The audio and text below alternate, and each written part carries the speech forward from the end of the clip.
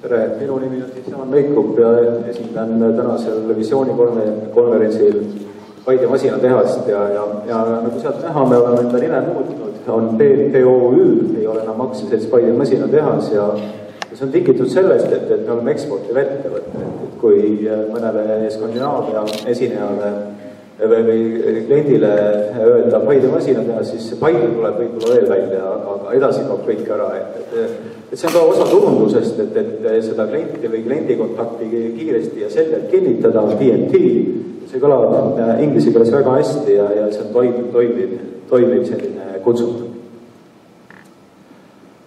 Ma sooviks rääkida ka natukene võib-olla, kui üldiselt Paide masinatehasest või sellest piirkonnast rääkida, siis see on üks vana maja ja sealt sai kunagi eelmise sajandi alguses sai arengu või sealt hakkas pihta see äritegevus ja selles majas või selle maja müüride all õigemini oli seal mingil ajal vasetöökoda ja remonditöökoda ja erinevad põllumajandusmasinaid parandati ja sõja ajal oli hobustel välja ja nii edasi.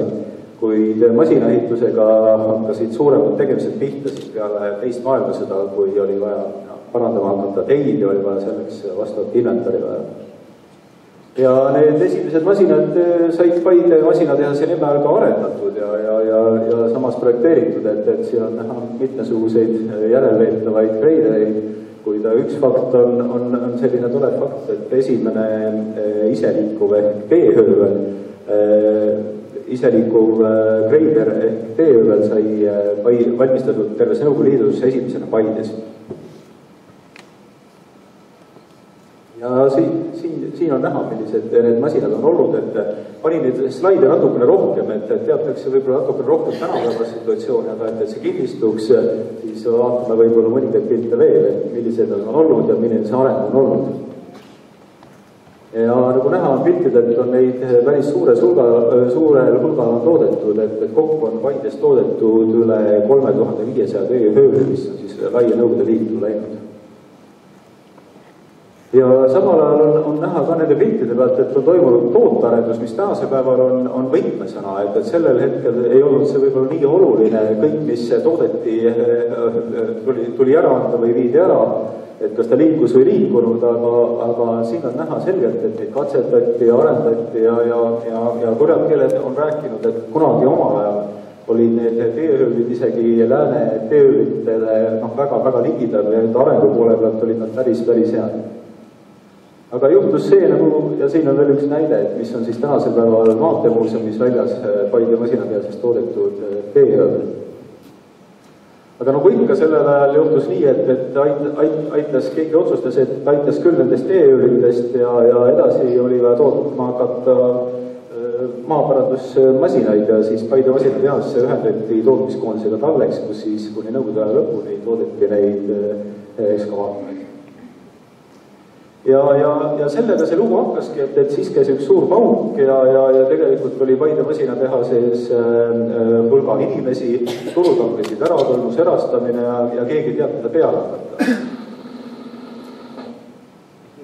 Saab algusse tagasi. Okay.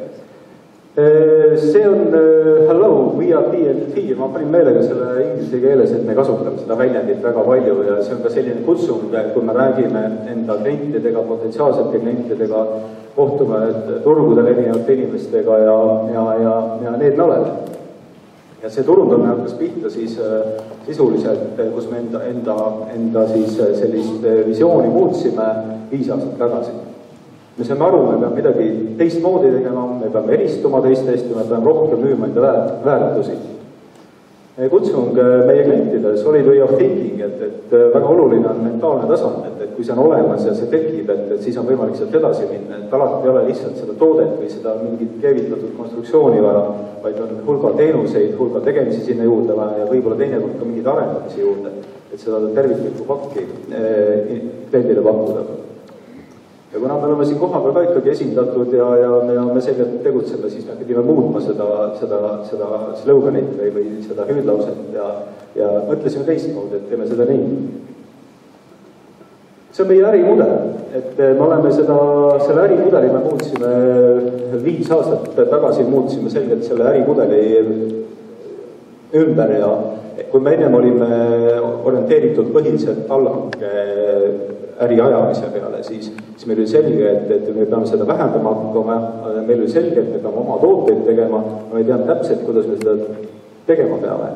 Aga põhimõtteliselt on see väga lihtne, meil on olemas metallitöökoda, kus me metallitehas, ettevõte, kes tegeleb tootmisega ja meil on seal üks osa sellest on kui inkubaator.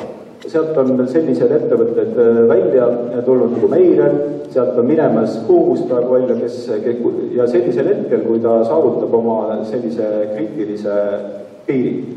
Et seda exitit ei ole mõtet või seda väljundit ei ole mõtet ennem teha, kui see ettevõte nõrk, siis tihti head ideed võivad lihtsalt kaduma minna ja sellest ei ole kasu. Aga Meireri näol on näha, et ta on nüüd mingisuguse ajad toimetanud väga ilusasti ise ja see tulemus on olnud väga-väga hea. Oleme saanud väga tugeva rahvusvahelise tagasiside ja mis on veel huvitav, on see, et läbi selle Meireni arenduse on tekkinud väga palju ideid, kuidas on mõistlik edasi minna, et mida peaks kaasama äris, et olla fookuses. Selleks, et nii nagu ütlesin, meil on tegemist metalliettevõttega ja selleks, et metalliäris olla äris, peavad olema kaasaegsed seadmed ja et need kaasaegsed seadmed omada, siis see ei ole päris lihtne, sest iga seade maksab väga-väga suurt raha, aga ilma selleta ka reaalselt äris olla ei saa. Mõned näited meie tänapäevasest tehnoloogiast, mis meil on, siin on üksikud pildid, aga neid seadmeid on oluliselt rohkem.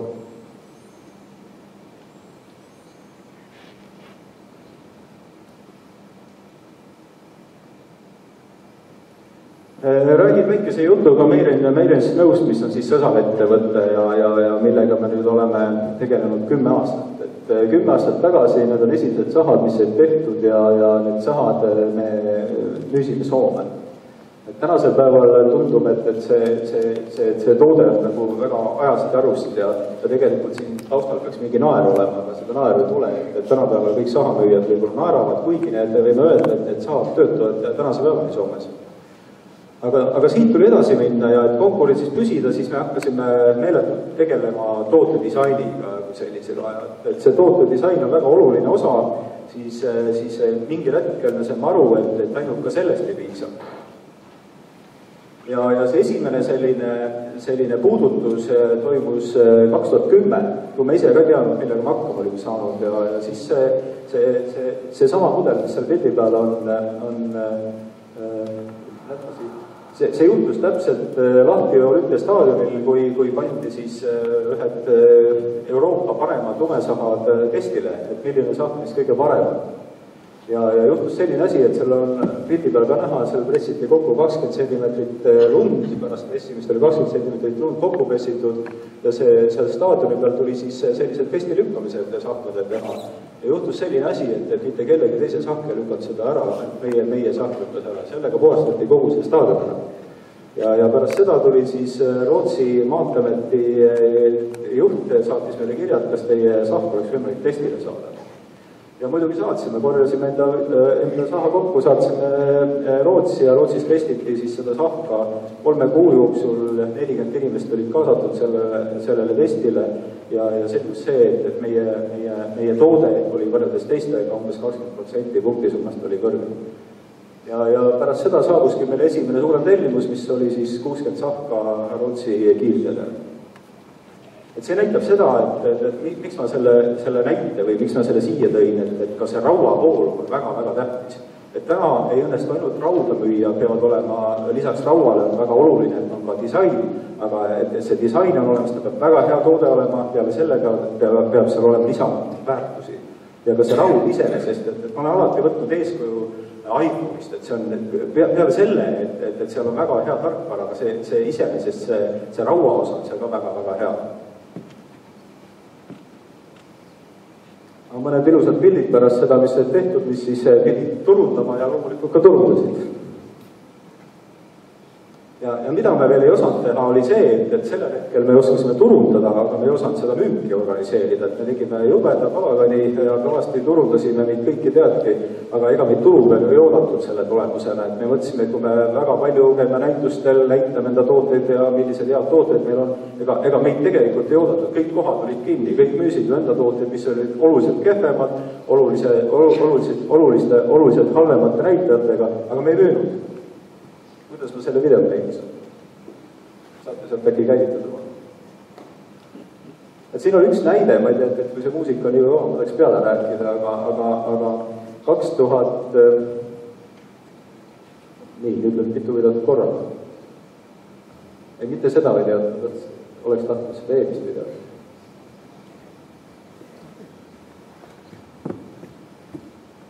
Okei, nüüd, see on ka video, kui te sinna peale lähete selle kursoriga, siis sinna tekib üks väli. See on väikene vahe, et mina kasutan MacBooki ja minul on teistsugune tarkvara, kui on Windowsis, et see on väikene vahe. Veel üks video tagasi. Jah, saate selle konkreetne. No ei liigu, okei. Läks liikuma. Jah, see oli 2 aastat tagasi, kui me tulime mõttega välja, et meil on vaja teistsuguseid lahendusi, et sellest ei piisa, et me peame selgelt eristuma ja mis siis juhtus? Me läksime meil oli eesmärk valutada Saksamaa turg, me leidsime uusi lahendusi, me võtsime uusi patente, siis me saime sellise sahamudeli, mida kuskil maailmas ei olnud olemas, meil on 2 suunas liigutatav parallelogramm ja mille siis need lume siis pühkimise või rüttamise näitajad on väga kõrged. Ja juhtus see, et me läksime siis demomassile Saksamaal ühele suuremale kommunaaltehnika messile ja me saime seal hõbemedali. Ja ainukesena siis sellest lumetõrje valdkonnast, et teised olid kõik teised arendused. Ja ega me ikka siis ei oodatud, et selge oli see, et kõik need Saksa edasimüüjad ja Saksa siis need diilerid, need vaatasid meid ja vaatasid, et kuidas meid tõrjuda pigem saab, et mitte, et meid omaks võtta. Aga mida me siis edasi tegime, et siin on väike video jookseb taga, et me hakkasime jälle väljundit otsima enda uuele tootele, mis selgelt on nagu turust on oluliselt ees ja me saime aru, et me ei tohi seda toodet rohkem edasi arendada, sest et teised olid nii palju maas ja me saime aru, et turu peal toimus samal ajal teiste sahatootjate arendamine, nemad hakkasid edasi arendama enda toodet meie nende väärtuste järgi. Ja mida me tegema pidime, me pidime seda tegema, et me pidime otsima väljundit, et kuidas see müük lahti saada, et see raha kokku korjata. Muidu me teeme ainult arendustööd ja kellele, teistele, et teised raha kokku korjaksid. Siin on näha mitmeid parameetreid ja mitmeid tegevusi, et me lähenesime piltlikult öeldes lumele või lumetõrjele selliselt, et lumi ei ole kunagi ühes olekus, lumi võib olla veena, lumi võib olla selline vee ja lumesegu, võib olla jää ja nii edasi, et need kõik on väga erinevad töövõtted, millega siis selle sahaga siis seda tööd teha, samas pidada kõrgelt väärtusi, mis siis on keskkonnasäästlikkus, et oleks see maksimaalselt hea töö tehtud ja et see tulemus oleks maksimaalselt hea. See oli Saksa teradetootja, selle firma president, kes ise krubis meie sahale alla need terad, et kas ta tohib neid meie tootele külge panna, et selles mõttes oli hästi tore olemine seal. Nii, nüüd peaks see video vist lõppema, aga võib-olla võime edasi minna, et siin ta keeruta vist pikalt. Ja mis siis juhtus oli see, et me arutasime Norra Maanteametiga, ma sain ühel konverentsis kokku, rääkisin enda mõtetest, mida me oleme teinud, kuidas me oleme teinud ja sealt läks muidugi see info edasi ja meiega võttis üks Norra ettevõtte eelmine aasta ühendust, et kui kaugel te enda selle sahaga olete, et mida te sealt Saksamaal näitasid. Me ütlesime, meil on valmis see. Eelmine aasta seesama video, mis peaks nüüd jooksma, mis ei jookse, selle käima. Jah, eelmine aasta testiti seda sahka Norras, see sai väga hea hinnangu, Norra teedel oli meil see testimine, enne seda me testisime seda Lapis, kuna siin ei olnud lund kahjuks ja siin seda teha ei saanud. Ja sinna see esimene lahendus oli see, et me saime selle rauaosa väga heaks ja see põhitest oligi raua testimine eelmisel aastal, selle uue mudeli testimine Norras. Ja Norras pärast seda testi meil ei tulnud mitte ühte parandusettepanekut, et mida võiks veel paremini teha. Mitte ühte ei tulnud, et käisime ise nende juhtidega rääkimas ja nii edasi ja seda sahka põhimõtteliselt saab ka siis kasutada, kui on vesi teega, kui hakkab näiteks temperatuur hakkab alla nulli minema, aga teedel on palju vett, siis on mõistlik seda sahka kasutada. Ja kui te vaatate, see sahk pühib nii puhtalt, et kõik need tee peal olevad märgistused, need on näha, ei ole midagi lisaks enam vaja sinna panna. Mis tähendab seda, et võimalikult vähe, suhteliselt vähe saab kasutada soola või ei ole üldse vaja kasutada soola, et jälle see on keskkonna säästlikkuse teema. Ja puhtalt see mõttelaad on erinev. Me ei tahtnud kedagi kopeerida, me saime kunagi selle idee, et hakata neid sahkasid tootma, aga nüüd me oleme arendanud seda ise edasi ja jõudnud sinnamaani, et need sahad ongi sellised, nagu nad on, nad teevad väga-väga head tööd ja sellel aastal me müüsime esimese partii 50 sahka Norra. Need kõige moodsamad sahad on Norras, üks on meil testis sellel aastal Rootsis, me ei ole testi anda ka väga mitmetesse kohtadesse ja üks sahk on meil Rootsi kõige suurema teedehooldaja käest testis. Ja muidugi sellest ei piisa, et me saame aru ka, et me ei tohi liiga palju väärtusi panna iga-aastasesse arengusse, et sellega me anname enda konkurentidele väga palju eeliseid, aga samas kulutame ise liiga palju raha, et see turumajandus on selline asi, mis paraku reguleerib kõik ära, et kui sa midagi valesti teed, siis sa oled ärist väljas või oled rahast ilma. Et kõiki tuleb teha piisavalt sellise mõistliku tempoga ja nüüd me oleme, siin on näha, kus me oleme need nurgad selliseks saanud, et viskab üle selle rajapiirid ja mitte vastu rajapiirid, et lumi tee peale tagasi tuleb. See on väga-väga palju detaile, võib-olla ma ei hakka neid rääkima, see ei olegi nii oluline, aga eesmärk on see, et see tööriist peab tegema väga-väga head tööd. Võib panna selle järgmise video, mis vahepeal siin oli, et siin on üks video pidi veel olema. Vot see oligi see, mille tegi Salla. Tagasi vist. Ja see on eraldi, jah. Ja see on nüüd selle aasta arendused, mida me oleme teinud, me oleme neid andurid külge pannud, me oleme neid igasugust tarkvaraarendust teinud ja nüüd me oleme sinnamaani jõudnud, kus me oleme siis ise selle auto selliselt kokku saanud, kus meie süsteem siis kogu seda autot juhib. Et me oleme disaininud, arendanud selle toote välja ja nüüd on edasi tulnud juurde see, et sellest ei piisa, et rahvusvahelises äris homme ja ülehomme olla. Ja nüüd meil käib, siin on näha natukene tootmisprotsessi, mis siin Paides toimub ja mida Paides siin teeme, aga usinad. Ja mis on selgelt maailma tase, ei ole üldse küsimust, et meil oleks kehvem tehnoloogia kui näiteks mingi saksa tootjal, absoluutselt mitte, pigem oleme meie 2 sentimeetrit eespool. Ja mis on nüüd oluline on see, et siit edasi minna on vaja juurde tuua sellised tegevused, et meie toode on juba nii keeruliseks läinud, et inimene ei suuda piisavalt hästi seda käsitleda. Et on vaja lisa juhtimist ja selleks me oleme arendanud väljagi, oleme pannud andurid külge, oleme pannud erinevad sensorid või need tagasisidet andvad süsteemid peale ja me oleme mõtnud sinnamaani, et sellel aastal me tahame testi saada 2 kuu pärast selle sama süsteemi, mis seal on näha, et testida ära need piirliikumised, piirsignaalid ja lihtsalt sellised parameetrid, et kas teel on haardetegur olemas, on see suur või on väike, et need tulemused juba kätte saada. Ja selle arenduse puhul on oluline see, et me saame siit väga-väga palju edasi minna. Piltlikult, et väga vaikselt ma võin öelda, et meie eesmärk on jõuda sinnamaani selle infotehnoloogiaga, et me tahame selle saha piltlikult öeldes sellele operaatorile väga väikese raha eest anda, aga kogu see datapool või see informatsioon, mida seal tee peal on või mis seal tee peal ei ole, see kuulub meile ja me tahame seda müüa. Et see on puhtalt, kui see sektor väga muutub ja see, millisesse ärisse me juhuslikult oleme sattunud, meil ei olnud see eesmärk, kui me seda tegema hakkasime, aga meil on silmad kõrvad lahti, me mõtleme, mida me teeme. Et see on informatsioon, on see, mida väga kerge müüa, selle eest on väga suuri summasid ja seda on väga kiiresti võimalik laiali puistata. Ja selles mõttes me oleme nagu teistest jälle natukene eespool. Ja seda süsteemi me juba juhime, siin need lahendused on me välja töötatud ja mis siin salata, et need süsteemid on meil välja arendatud Rootsis ja Norras on 2 kohta, kus me oleme neid arendusi teinud, et seda võiks täiesti vabalt teha siin Paides. Siin ei ole mitte midagi sellist, mis häiriks seda tegevust või et meil ei ole neid kompetentse, need on väga lihtsalt võimalik arendada, need ei ole väga keerulised kompetentsid, aga siin on vaja täpselt sellele suurele tööle väikene selline täpikene peale panna, et see tulemus tekiks.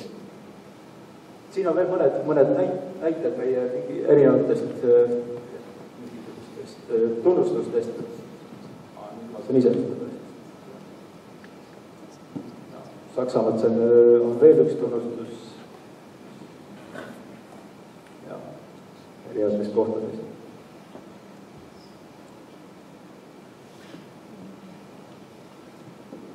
Nii, ma ei tea. Liiga kaugele, see järgmine video peaks ka käivitumas. Seal on, selle all on video, kas te saate kursoriga sinna peale minna ja avada selle?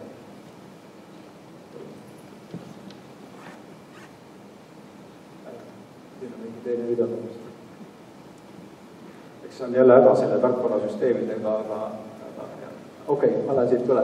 Mul oli üks selline tore pilt oli Tallinna lennujaamas, kus Tallinna lennujaam saatis meile sellise toreda tänutähe, et tänu meie sahtadele pole Tallinnas kunagi sellist jama olnud, et lennukid ei lennada, et meie Tallinna lennuväljas on kõik meileni saanud.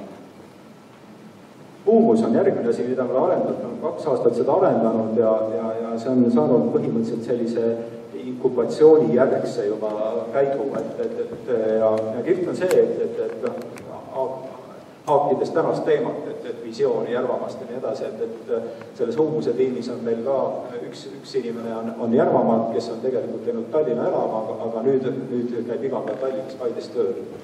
Et kaasates veel 2 noort inimest, kes põhimõtteliselt, kui rääkida 2 kodus, siis ma arvan, et nad taagiksid ja vaevalt muidugi, et seda teist kodu nad tahaksid teha sinna ühiskodusse või kuidas korterelamusse, et ilmselt selline ei köida. Ja selgelt nad on tasustatud kõrgemalt, neis on suur potentsiaal olemas ja tänasel päeval tuleb nad üle osta, et nad tahaksid seda teha, aga tegemist on fantastiliste inimestega, hästi kihvt arendustegevus käib. Et meil on paralleelselt praegu selle 3-liikmelise seltskonna arendada on 5 erinevat arendust, pluss me peame 1 inimese nüüd veel juurde võtma ja lisaks üks inimene Järvamaalt tuleb tagasi meie tehasse tööle, kes on ülikooli lõpetanud.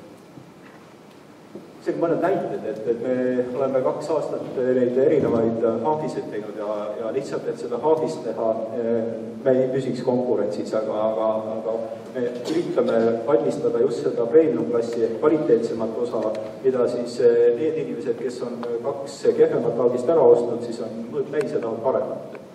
Läbi mõelda need tegevused, miks neid tooteid on vaja ja täpselt sama mudel, mida me oleme kasutanud siis lumesahkade puhul on hakata integreerima juurde lihtsaid lahendusi, lahendusi, mis siis tagavad rohelise mõttelaadi ja teistpidi on ergonoomilised ja et oleks võimalik siis sinna liita ka mingisuguseid arvestuslikke ja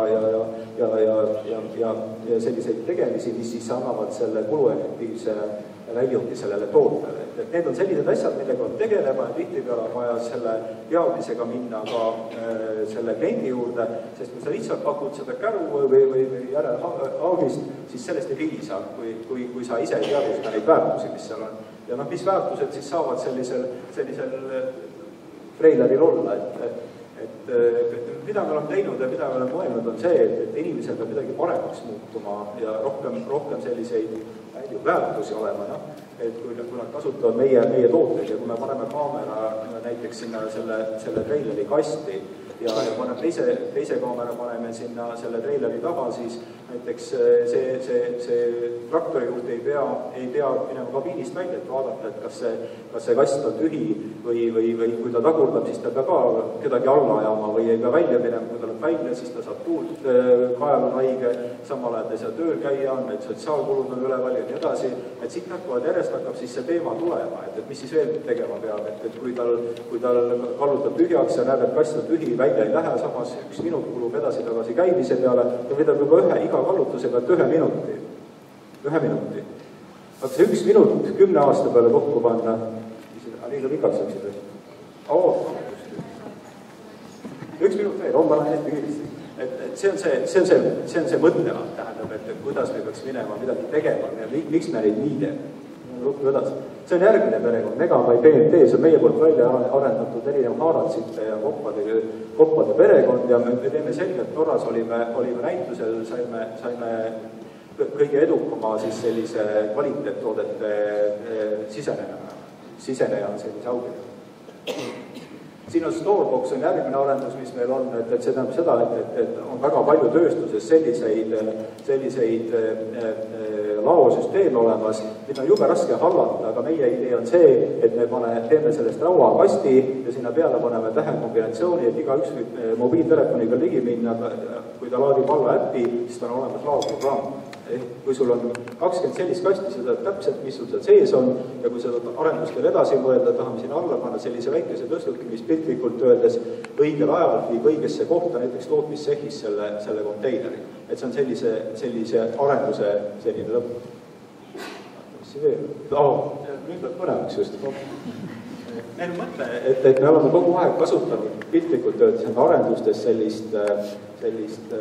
sellist klastri või sellist arenduskeskuse teemat, mis on kogu aeg kuskil seal Paide masinades ringi sõitnud ja see on väga kulukas olnud, et tegelikult see on häirinud ettevõtte tegelikke majandusparameetreid ja igasugune arendus on väga-väga kallis, see on kohutavalt kallis. Ja tihtipeale on selliseid tulemusi ka, kus asi lihtsalt lõpeb nulliga ja suurte kuludega, mitte nulliga, suurte kuludega ja sellest ei saagi midagi.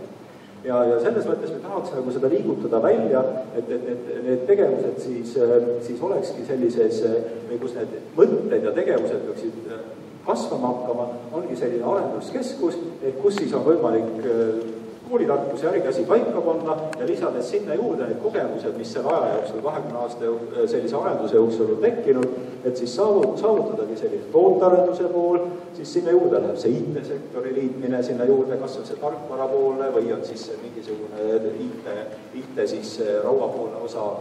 Siis on edasi tootmise teadused, kuidas on mõistlik toota, et ka Meireni näiteks selle aasta sahkade puhul on see, mis me avastasime, et meie sahad on suhteliselt kallid võrreldes teiste sahkadega, kuigi meil on väärtusi rohkem, aga neid väärtusid ei müü. Et kõik ostavad antud hetkel hinda järelikult, mida me peame tegema, kui me väärtustame, me peame enda sahad saama oluliselt odavamaks ja terve selle talve jooksul meie insenerid tegelevad sellega, et neid väärtusi, mille me oleme kätte saanud, et neid hoida, aga leida võimalus, kuidas toota neid odavamaks. Väga tõsiselt tegeleme. Ma pean ära minema selle aru, ma näitan veel 3-4 asja. Väga oluline, et midagi üldse müüa on disain, et siin kellegagi midagi juba paar sõna rääkisime, aga juba disainita ei müü ka mitte midagi. Et kõik oskavad jube hästi jube kildit teha, aga selgelt tuleb eristuda, selgelt peavad olema väga head tööstusdisaini tunnused. Prototüüpimine, siis on edasi rahastamine. See ei käi ka lihtsalt, et lihtsalt kuskilt nurgast raha ei leia, et selleks peavad ka mingid kogemused olema. Turundus peab kindlasti olema. Turunduse juures on ka see, et kui turundad, siis peab olema ka müügipoolne osa väga oluline. Et kui turundad, raiskad raha, kui müüd, siis korjad raha. Ja selle tulemus ongi edukad ettevõtted, neid on ilmselt teravamale palju vaja. Aitäh!